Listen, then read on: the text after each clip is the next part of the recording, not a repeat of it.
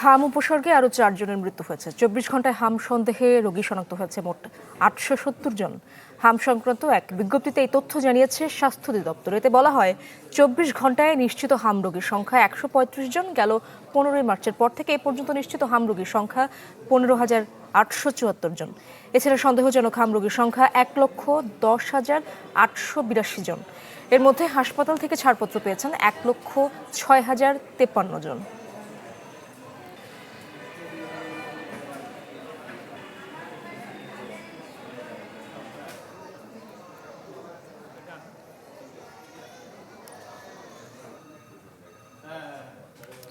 দর্শক, আমরা হাম ও ডেঙ্গু পরিস্থিতির খবর জানবো।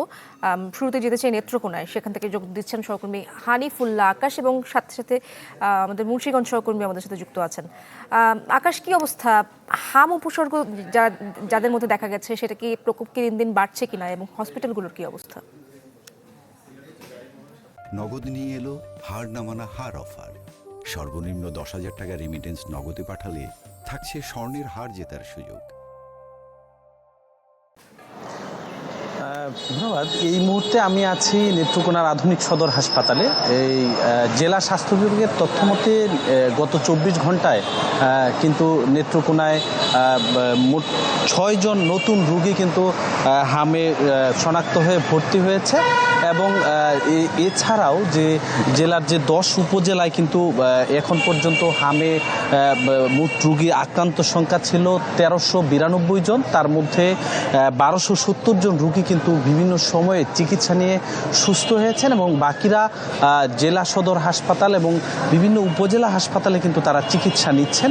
আমরা চিকিৎসকদের সাথে কথা বলেছি, জেলা স্বাস্থ্য বিভাগের যে কর্মকর্তা রয়েছেন তাদের সঙ্গেও কথা বলেছি। তারা বলছেন যে গত 1 মাস ধরে কিন্তু নেত্রকোনায় হামের যে উপসর্গে আক্রান্ত যে রোগীর সংখ্যা সেটা অনেকটাই কমেছে এবং তারা চেষ্টা করছেন যে এই হাম রোগে আক্রান্ত হওয়ার জন্য যে কারণগুলো রয়েছে সেগুলো থেকে সাধারণ মানুষকে সচেতন করতে তারা বিভিন্ন ধরনের পদক্ষেপ গ্রহণ করেছেন, এটিও আমাদেরকে জানিয়েছেন। তারা বলছেন যে আসলে এই নেত্রকোনার যে আটপাড়া উপজেলা সেটিকে হামের জন্য হটস্পট হিসেবে ঘোষণা করার পর কিন্তু সরকার কর্তৃক সেখানে শতভাগ শিশুদেরকে যে হাম রুবেলার যে টিকা সেটি সম্পূর্ণ করা হয়েছে।